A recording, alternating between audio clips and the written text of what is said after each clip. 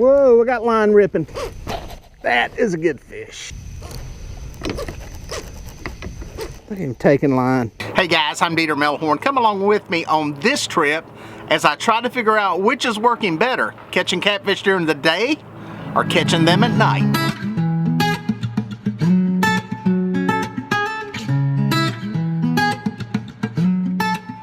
So I started this trip going out during the middle of the day. I had been doing some fishing at night, had been catching a few fish at night, some decent fish, just not a lot of numbers. You gotta remember, this was filmed in the middle of August. It's extremely hot, water temperatures are high, boat traffic all over the place. So fishing at night is good for many reasons. But what I wanted to see was how much feeding was going on during the day, because believe it or not, folks, sometimes in the middle of all that stuff, you can catch a lot of fish.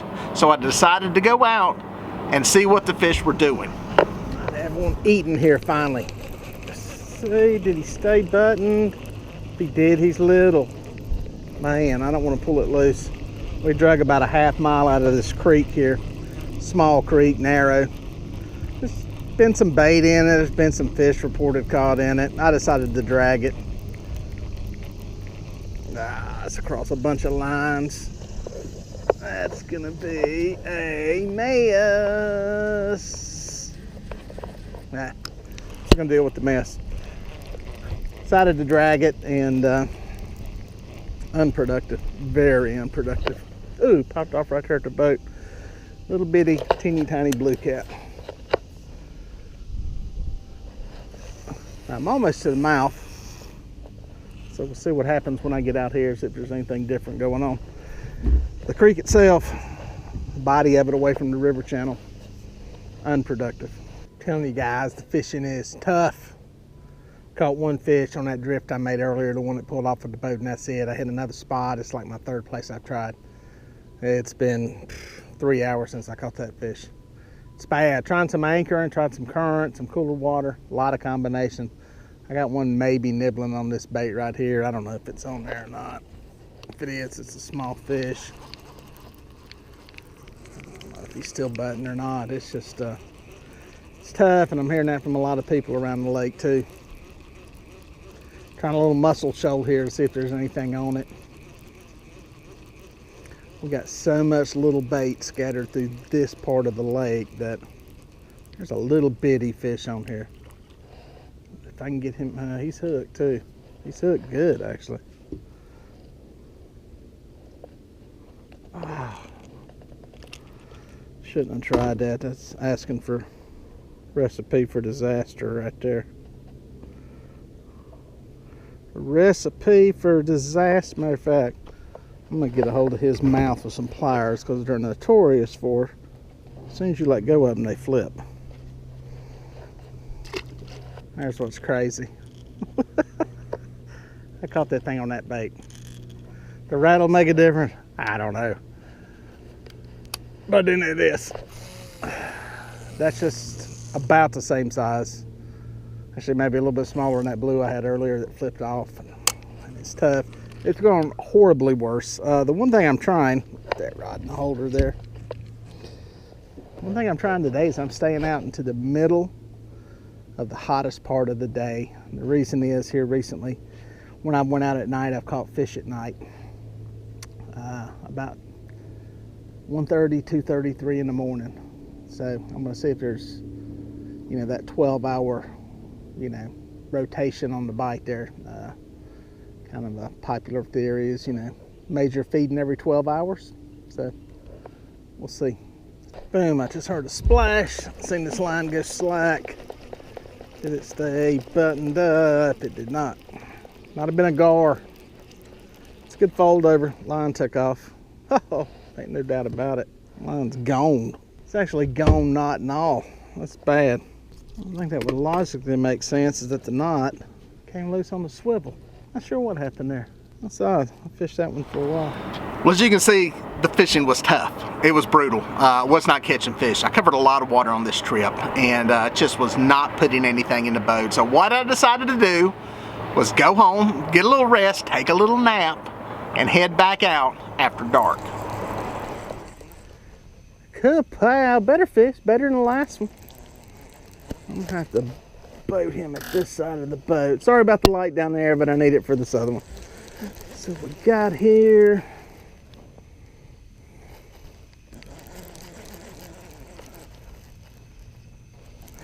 I can't tell. He's not huge. I think it's a blue. Feels like he's on top. I think he knows he's hooked. He's up high.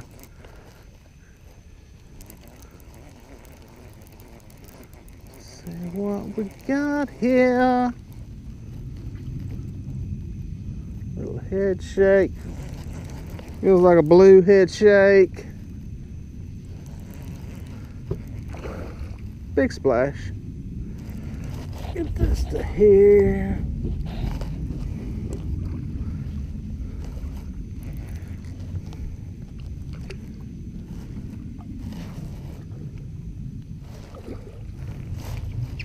Good fish. Better fish.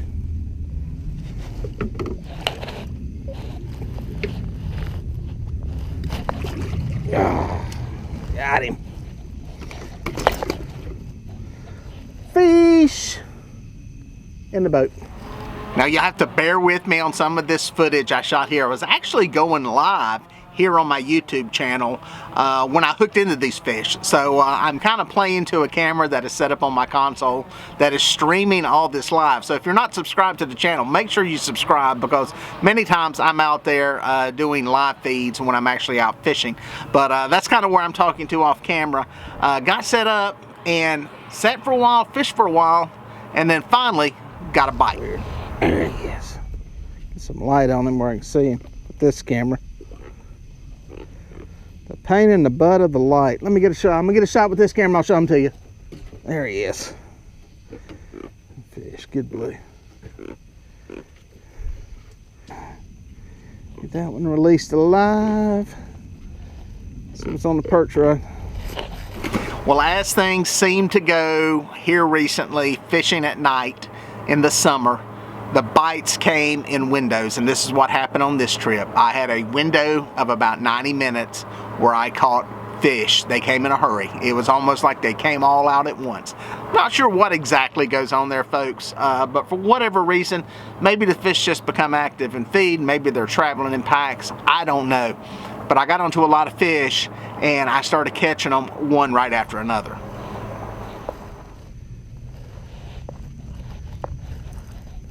This is most likely a catfish also.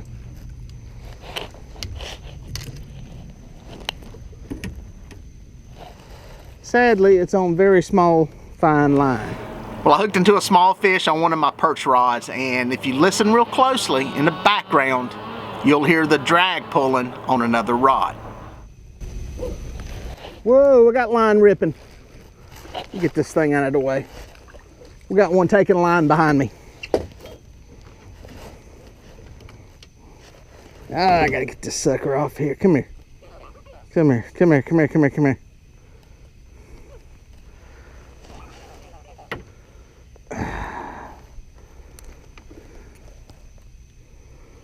Boom. Boom. Ah. That's a good fish.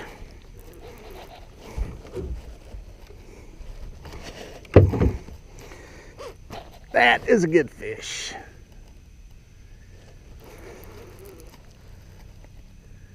Trying to feel if he's in a tree. Nope, he's not in a tree. There's a tree here that I'm anchored on.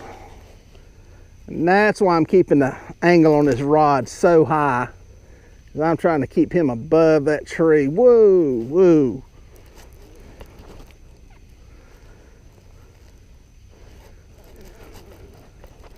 That's a good fish. I'm gonna get this perch rod out of the way here. That's a good fish. That's a good one.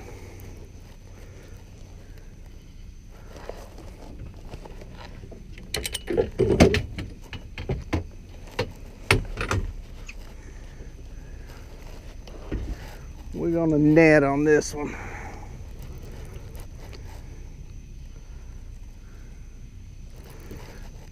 It's a good fish. Oh, pull on down there, big boy. Pull on down. Pull on down.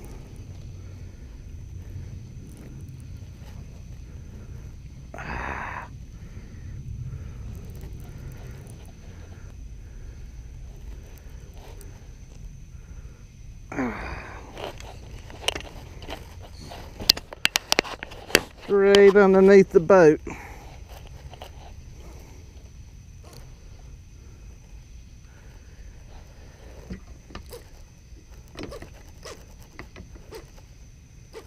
Look at him taking line. He got up near that light and didn't like it.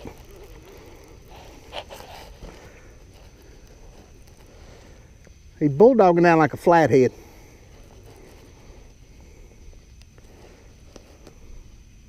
Oh, come on, big boy. Oh.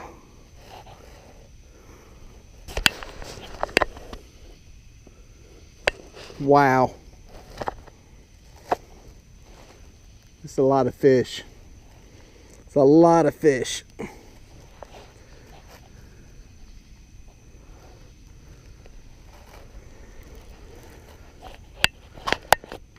A lot of fish right there. I have not seen it yet.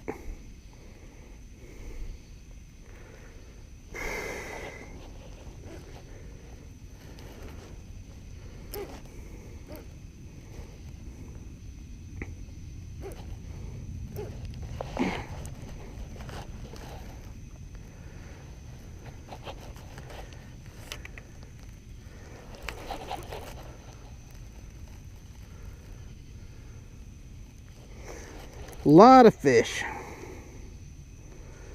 Ah.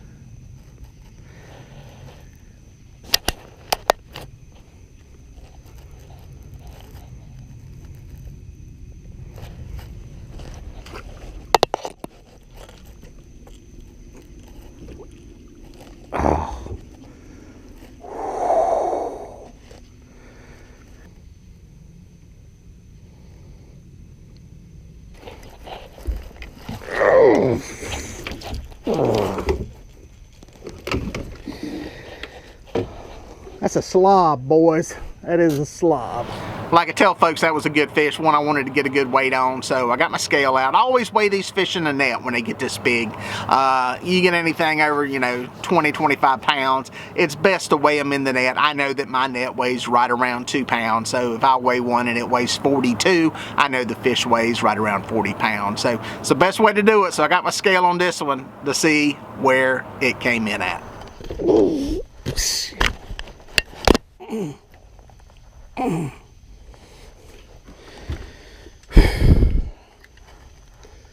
Set it. That's clear. There it is. It's a good fish. A monster. Good fish. It's a good looking fish. Some video of him here. Make sure he ain't got a tag. No tag. Got some scars on his head. That's a beast. Oh, there he is. Another shot there on that camera.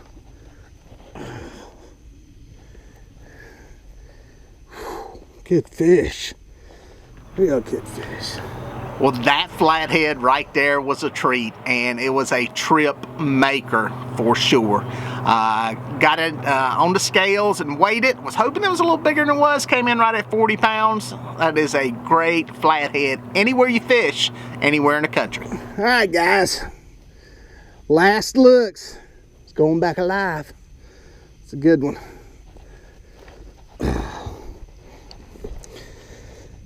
Make sure he ain't got no hooks in him. All right, let's get him back alive. Ready? Here we go.